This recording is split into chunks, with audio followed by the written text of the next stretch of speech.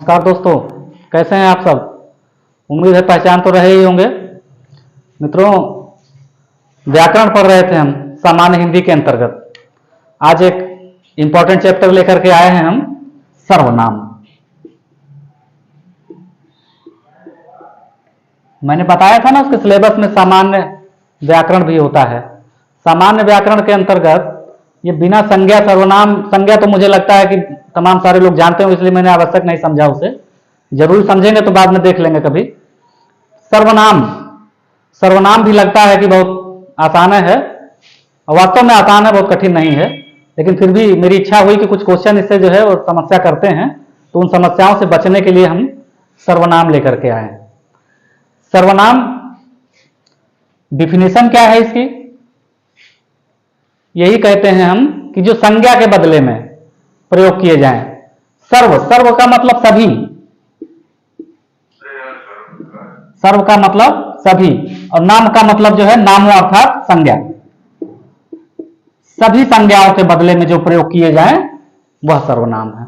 एक विलक्षण बात दोनों में यह है, संज्ञा और सर्वनाम और इसमें जो है संज्ञा में विलक्षणता यह है कि संज्ञा कहने से स्पेशली उसी वस्तु का हमको ज्ञान होता है। जैसे हम संज्ञा में जो है व्यक्तिवाचक संज्ञा देखते हैं, हम राम कहेंगे, लड़का कहेंगे, लड़की, वो तो जातिवाचक खैर हो गई। राम कहेंगे, गंगा कहेंगे, भारत कहेंगे, जो कुछ भी कहेंगे स्पेशल उसी वस्तु का हमको जो है या व्यक्ति का हमको बोध होता है उससे। लेकिन सर्वनाम में ऐसा नहीं। सर्वनाम में पूर्वापर संबंध से हम जान सकते हैं कि मतलब यह जो है संज्ञा के बदले में प्रयोग हुआ है। इसका पूर्वापर संबंध बिना लगे जो है वो हो नहीं सकता। जैसे हम देखते हैं, वह एक तरह का सर्वनाम है ना। वह कहने से कुछ भी, लड़का भी हो सकता है, किसी का नाम भी हो सकता है, वह जमीन हो सकती है, जल हो सकता है, वायु, कुछ भी। तो यहां क्या है, पूर्वापर संबंध हमको जोड़ना होगा, तब जाकर के जो है वह संज्ञा के बदले पता चलेगा सर्वनाम होता है। एक समस्या, अभी थोड़ी सी समस्या लग रही होगी, ये लग रहा होगा कि यह क्या आ गया, कहां से आ गया, लेकिन कोई दिक्कत नहीं है। अभी आगे समस्याओं का निदान जो है उसका समाधान जो है सब आगे मिलेगा। देखते हैं सर्वनाम। ये तो समझ में आया कि मतलब सभी नाम, सबके, सारी संज्ञाओं के बदले में प्रयोग किया जाए वह सर्वनाम है। सर्वनाम हम देखते हैं होते कितने हैं हिंदी में, कुल मिला करके जो है, ये इंपॉर्टेंट चीज है, थोड़ा ध्यान दीजिएगा। हिंदी में कुल मिला के कितने? 11। कितने सर्वनाम होते हैं? 11। ये पूछा जाता है और थोड़ी समस्या होती है। 11 में क्या है? जैसे पहला है मैं, तू, आप, यह, वह, जो, सो, कोई, कुछ, कौन और क्या। यही सर्वनाम है 11 हिंदी के। विशेष रूप से जानना है यह, कितने सर्वनाम है? 11। लेकिन प्रयोग के दृष्टिकोण से हम जब देखते हैं तो सर्वनाम 6 हो जाते हैं। वो 6 कौन से सर्वनाम? पहले ये तो समझ लीजिए 11 है ये। 1 2 3 4 5 6 7 8 9 10 11, यही सर्वनाम है। इसी के इर्द गिर्द पूरा सर्वनाम जो है वो घूमता है। अब हम देखते हैं वो जो, ये तो मतलब जो है पूरे सर्वनाम है। प्रयोग के अनुसार, प्रयोग के अनुसार अगर जरूरी समझिएगा तो स्क्रीनशॉट लेते रहिएगा, नहीं तो फिर बार बार देखना पड़ेगा आपको। प्रयोग के अनुसार कुल मिलाकर के 6 सर्वनाम होते हैं। सबसे पहले इसमें है पहला पुरुषवाचक, पुरुषवाचक। फिर उसके बाद है दूसरा निजवाचक,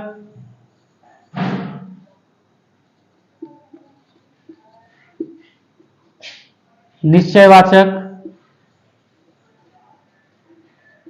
निश्चयवाचक। इसको हम नंबर डाल देते हैं, 3 नंबर ये हो गया निश्चयवाचक। चौथा हो गया अनिश्चयवाचक, अनिश्चयवाचक। फिर 5वां हो गया संबंधवाचक,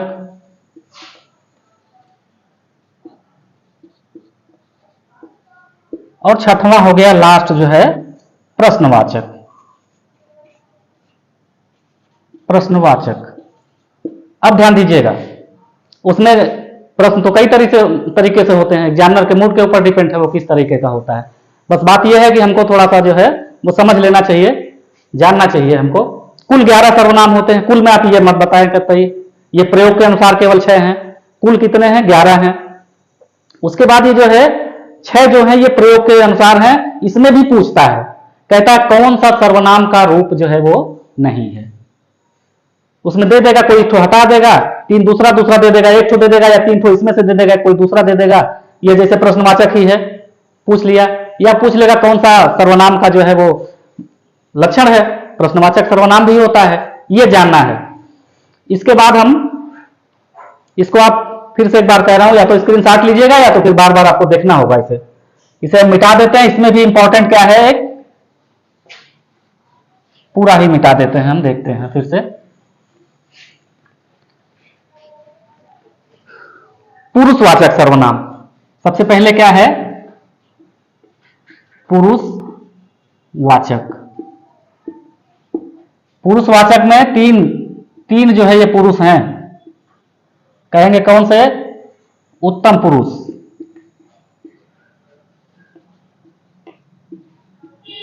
फिर है दूसरा मध्यम पुरुष,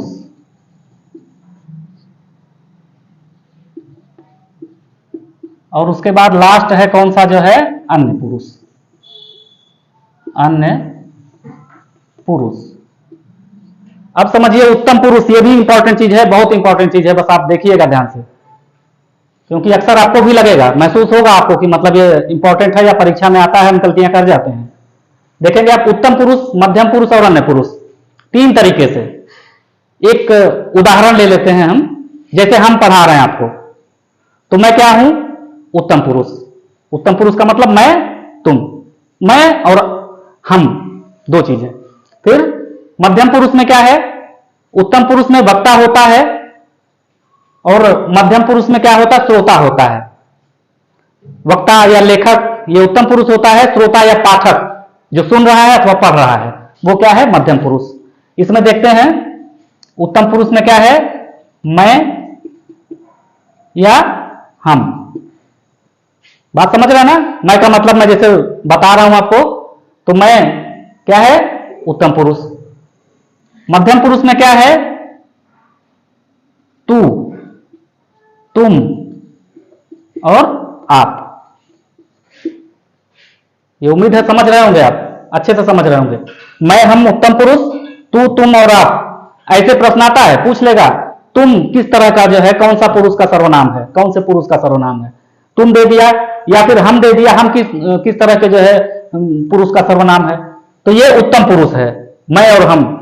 फिर से समझिएगा, लेखक या वक्ता उत्तम पुरुष, श्रोता या पाठक मध्यम पुरुष, और अन्य पुरुष में देखिएगा यह,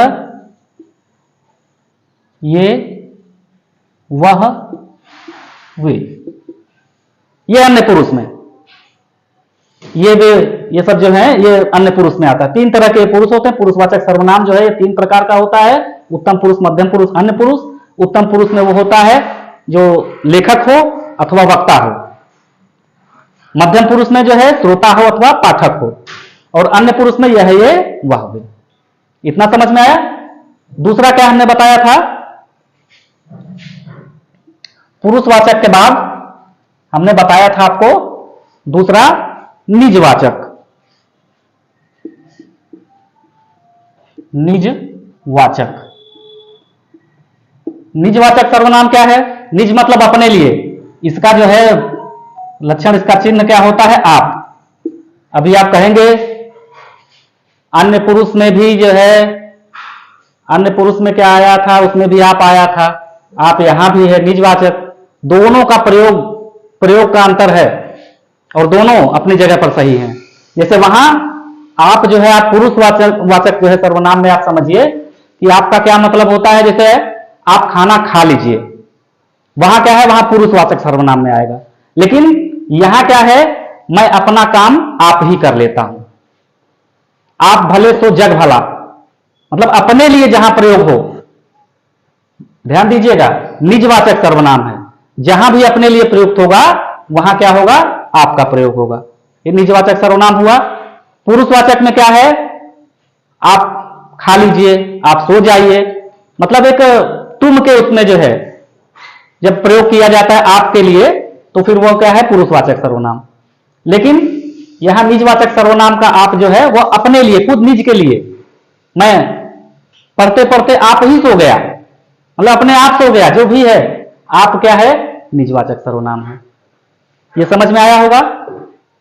फिर अगला देखते हैं क्या था, निश्चयवाचक।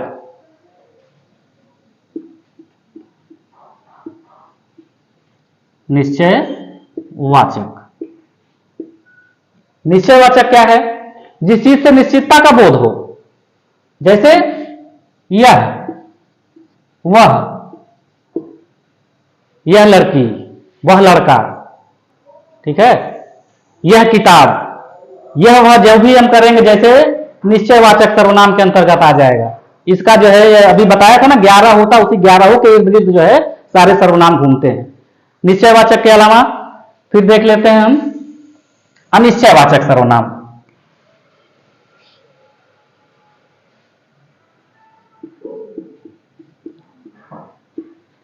अनिश्चयवाचक, इसमें क्या है, कोई कुछ, कोई कुछ, जैसे हम कहेंगे, उदाहरण ले लें, ऐसे ही पूछता है, बाहर देखो कोई आया है, या उसने सुबह से कुछ नहीं खाया, कुछ निश्चय नहीं हो पा रहा है, सुबह से कुछ नहीं खाया, या बाहर देखो कोई आया, कोई मतलब कौन, ये निश्चित नहीं हो पा रहा है, तो ये क्या है, अनिश्चयवाचक सर्वनाम है। जैसे वही कहते कि वह लड़का आया है, वो तो निश्चित था, लेकिन यहां क्या है, कोई आया है, बाहर देखो कोई खड़ा है, कोई निश्चित तो हो नहीं रहा है, अनिश्चयवाचक सर्वनाम। कहते हैं उसने कुछ नहीं खाया, कुछ का प्रयोग हुआ निश्चित रूप से अनिश्चयवाचक। ये भी एक प्रकार है, बस इतना 11 जो मैंने बताया था ऊपर, उसी 11 के इर्द गिर्द सब घूमेगा, उसी में सब आपको मिल जाएगा। फिर देखते हैं अनिश्चयवाचक के बाद जो है एक ठो आया था संबंधवाचक। संबंध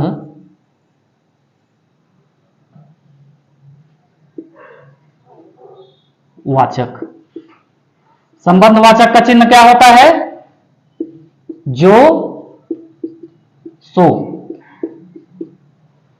आप जो ना करें सो थोड़ा, या वह क्या है जो खा रहा है। जहां जो सो आएगा वहां पूछेगा कौन सा सर्वनाम का कौन सा मतलब ये भाग है, या कौन सा हिस्सा सर्वनाम का है, कौन सा सर्वनाम है इसमें, जो सो में, ऐसे ही पूछता है, या किसी लाइन में दे देगा, वह कौन है जो लगातार आगे बढ़ता चला रहा है। जो लगा, जहां भी जो लगा मिले आपको, आप समझिए कि कौन सा सर्वनाम है, ये संबंधवाचक सर्वनाम है। अथवा सो, सो का मतलब जो ना करे सो थोड़ा, ऐसे ही आपको जहां भी सो मिले, जो मिले, क्या है, संबंधवाचक सर्वनाम। एक तो और इंपॉर्टेंट सा है इसमें, प्रश्नवाचक। प्रश्नवाचक सर्वनाम भी पूछता है, प्रश्नवाचक। प्रश्नवाचक में क्या है, जैसे कौन, क्या। एक चीज और ध्यान देनी है, यह कौन जो है, यह चेतन चीजों के लिए, जैसे कौन आया है, कोई चेतन होगा, जड़ नहीं होगा, लेकिन यह क्या है, क्या जो है जड़ वस्तुओं के लिए यह प्रयुक्त होता है सर्वनाम जो है। कौन क्या सर्वनाम जो है, यह चेतन और यह जड़ वस्तुओं के लिए प्रयुक्त होता है। अब कौन, कौन आया है, या क्या किया तुमने, ये एक प्रश्न जब हम करते हैं, प्रश्नवाचक सर्वनाम का जो है एक उदाहरण मिलता है। यह बात समझ लेनी चाहिए कि यह जो है चेतन वस्तुओं के लिए और यह जड़ वस्तुओं के लिए। कौन चेतन और क्या जड़ वस्तुओं के लिए।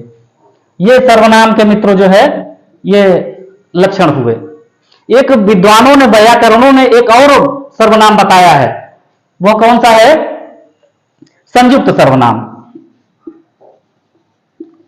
संयुक्त सर्वनाम। संयुक्त क्या है? दो सर्वनाम अगर मिल जाए, जैसे कौन कौन लोग भूखे हैं, तुम वहां गए तो तुमने क्या क्या किया, जहां दो ठो सर्वनाम आ जाए बस वही समझ लीजिए संयुक्त सर्वनाम है। बस इतने ही सर्वनाम है, उन्हीं 11 सर्वनाम के आसपास ये चीजें घूमती हैं, ये पूरा सर्वनाम है। इससे आप ध्यान से देखेंगे तो एक एक बारीकियां मिलेंगी आपको, एक एक सवाल आपके सही होंगे, यह मेरा विश्वास है। और पूरी उम्मीद है मुझे कि आज का वीडियो आपको जरूर समझ में आया होगा। और अगर समझ में आया हो तो प्लीज रिक्वेस्ट है लाइक और सब्सक्राइब कर दीजिएगा। बहुत बहुत धन्यवाद।